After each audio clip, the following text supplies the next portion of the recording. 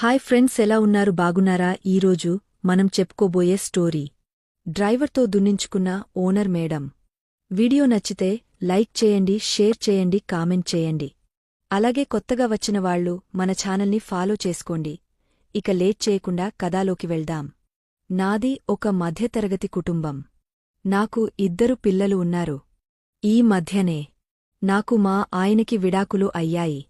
ఆస్తిలోనుంచి కొంత శాతం వాటా నేను తీసుకున్నాను. ఆ డబ్బుతో 2 ఫ్లాట్లు, 1 కారు తీసుకున్నాను. మిగిలిన డబ్బులతో ఒక చిన్న బిజినెస్ ఏర్పాటు చేయాలని అనుకున్నాను. అయితే నాకు ఏమాత్రం కార్ డ్రైవింగ్ రాదు. 2-3 నెలలు డ్రైవింగ్ స్కూల్కి కూడా వెళ్లాను. అయినా నాకు కార్ డ్రైవింగ్ వంట పట్టలేదు. ఇక చేసేదేం లేక ఒక డ్రైవర్ని పెట్టుకున్నాను. కాని చెప్పాలంటే వాడు ఒక పెద్ద సైకోవాడు. నాకు నచ్చినట్టు కాకుండా నా కార్ని వాడికి నచ్చినట్టు వాడుకునేవాడు. 1 నెలలోనే వాడిని పనిలో నుండి తీసేశాను. వేరే డ్రైవర్ కోసం వెతకడం మొదలుపెట్టాను. వెతికిన కూడా నాకు డ్రైవర్ దొరకలేదు. ఎక్కడికి వెళ్లలేని పరిస్థితి ఏర్పడింది. అయితే మా పక్కింటి ఆవిడ సలహాతో పేపర్లో యాడిచ్చాను. చాలా ఫోన్ కాల్స్ వచ్చాయి. ప్రతి ఒక్కరి మాటతీరు చాలా మోటుగా అనిపించింది. అయితే ఇది కూడా వర్కౌట్ కావడం లేదని చెప్పి నేను లైట్ తీసుకున్నాను. ఆ తర్వాత ఒక 3 రోజులకు ఒక నెంబర్ నుంచి నాకు కాల్ వచ్చింది. మేడం, నేను పేపర్లో మీ యాడ్ చూశాను. నేను మీ దగ్గర డ్రైవింగ్ చేయొచ్చా అని అడిగాడు. మీరు ఎక్కడ ఉంటారు అని అడిగాను. సికింద్రాబాద్లో ఉంటాను అని చెప్పాడు. అతను ఉండే ఇంటికి నాకు ఖచ్చితంగా 3 కిలోమీటర్లు మాత్రమే ఉంటుంది. ఇప్పుడు రమ్మన్నా ఈజీగా వచ్చేస్తా అన్నాడు. సరేలే, ఒకసారి అయితే వచ్చి కలువు అని చెప్పాను. డైరెక్ట్గా అతను వచ్చి నన్ను కలిశాడు. చూడ్డానికి చాలా బాగున్నాడు. వ్యక్తిత్వం పరంగా కూడా చాలా బాగానే అనిపించింది. ఏ విషయంలోనైనా 2 అడుగులు తగ్గే మాట్లాడుతున్నాడు. అమాయకత్వం, తగ్గింపుతత్వం, ఎదుటివారికి మర్యాద ఇచ్చేటువంటి గుణం అతనిలో చాలా కనిపించింది. ఇంతకుముందు ఏం చేశావని అడిగాను. ఇంతకుముందు కంపెనీలో జాబ్ చేశాను అని చెప్పాడు. మరి అది వదిలేసి ఇది ఎలా చేయాలనుకుంటున్నావ్ అని అడిగాను. మానేశాను మేడం అని చెప్పాడు. సర్లే, ఏదైతే అది అయిందిలే అనుకుని రేపటినుంచి డ్యూటీకి వచ్చే అని చెప్పాను. ఆ రోజు ఉదయం మా ఇంటి దగ్గరికి వచ్చి నాకు కాల్ చేశాడు. అప్పటికి నేను ఇంకా ఫ్రెష్ కూడా అవ్వలేదు. సరేలే, కొద్దిసేపు వెయిట్ చెయ్యి అని చెప్పాను. చాలాసేపు అక్కడే ఉన్నాడు. గబగబా పిల్లల్ని రెడీ చేసి స్కూల్కి కారులో డ్రాప్ చేయమని చెప్పాను. అతను త్వరగా డ్రాప్ చేసి వచ్చేసరికి నేను రెడీ అయిపోయి కంపెనీ పనిమీద బయటకు వెళ్లడానికి రెడీ అయ్యాను. నేను కారు దగ్గరికి రాగానే వచ్చి కార్ డోర్ తీశాడు. పర్లేదనిపించింది. ఆ తర్వాత వేరే కంపెనీ పార్ట్నర్స్తో మీటింగ్ కంప్లీట్ చేసుకున్నాను. నేను మళ్లీ తిరిగి వచ్చేసరికి కార్లో సైలెంట్గా కూర్చున్నాడు. బాగా లేటయింది. లంచ్ చేసవా అని అడిగాను. లేదు మేడం. లంచే కాదు, ఉదయం టిఫిన్ కూడా చేయలేదు అన్నాడు. ఒక్క మాటతో షాక్కి గురయ్యాను. అదేంటి అని అడిగాను. చేతిలో రూపాయి కూడా లేదు మేడం, అందుకే చేయలేదు అని అన్నాడు. ఒక్కసారిగా నాకు కోపం వచ్చింది. లేకపోతే అడగొచ్చు కదా అని అన్నాను. ఎలా అడుగుతాను మేడం, అడగలేను కదా అని అన్నాడు. అతను అమాయకత్వాన్ని చూస్తుంటే నాకే జాలివేసింది. ఏమైనా తినేసిరా అని చెప్పాను. లేదు మేడం, ఇది అంత పర్ఫెక్ట్ ఏరియా కాదు, బయట ఎక్కడైనా కరెక్ట్ ప్లేస్లో ఆగనప్పుడు అక్కడ తింటానులే అన్నాడు. అదేంటి అంటే నేను మీతో చెప్పకూడదు మేడం అన్నాడు. సర్లే అనుకోని కొంచెం ముందుకు వెళ్లిన తర్వాత అక్కడ హోటల్ కనిపించింది. ఇక్కడ కారు ఆపు అని చెప్పాను. అతను కారు ఆపాడు. నేను హోటల్లోకి వెళుతూ అతన్ని కూడా రమ్మని చెప్పాను. అది చాలా కాస్ట్లీ హోటల్ అని అతను రావడానికి కొంచెం వెనుక ముందు ఆలోచిస్తున్నాడు. అతని బాధ నాకు అర్థమైంది.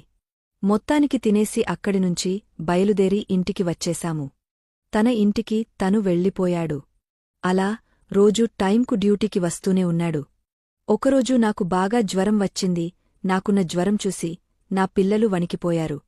అసలు ఎవరికి కాల్ చేయలేని పరిస్థితిలో మా డ్రైవర్కు కాల్ చేశాను. అర్ధరాత్రి 1 గంటకు వాడు పరిగెత్తుకుని వచ్చాడు. నన్ను హాస్పిటల్కి తీసుకెళ్లడంతో పాటు నా దగ్గర ఉండి దాదాపు అన్ని పనులు చూసుకున్నాడు.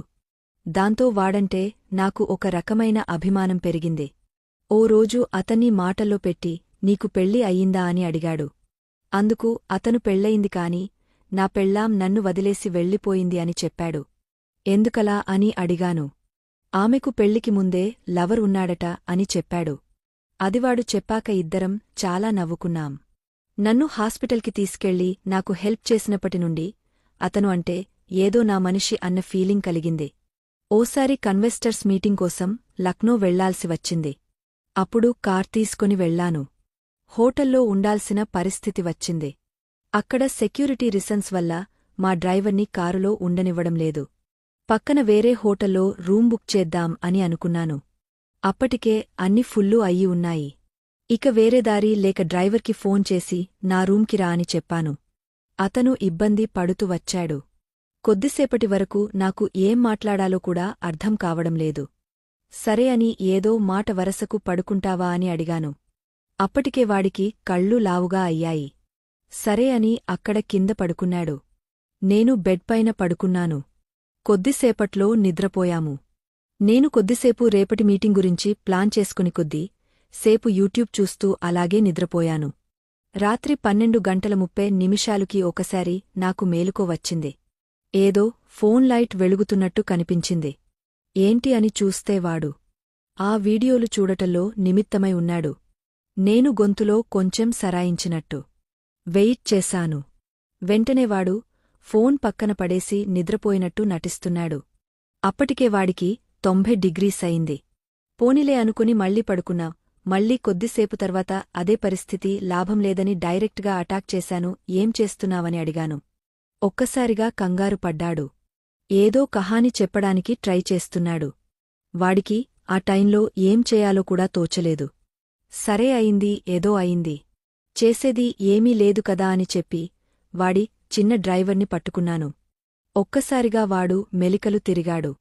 చాలా సంవత్సరాల నుంచి నాకు కూడా అలాంటిది లేకపోవడం వల్ల ఒక్కసారిగా నేను కూడా దానికి కమిట్ అయిపోయాను. వీడితో కుదిరినప్పుడు కోరిక తీర్చుకోవాలని ఫిక్స్ అయిపోయాను. అప్పటికే మంచి మూడ్లో ఉన్నాడు కాబట్టి వాడి పనులు వాడు చేస్తూనే ఉన్నాడు.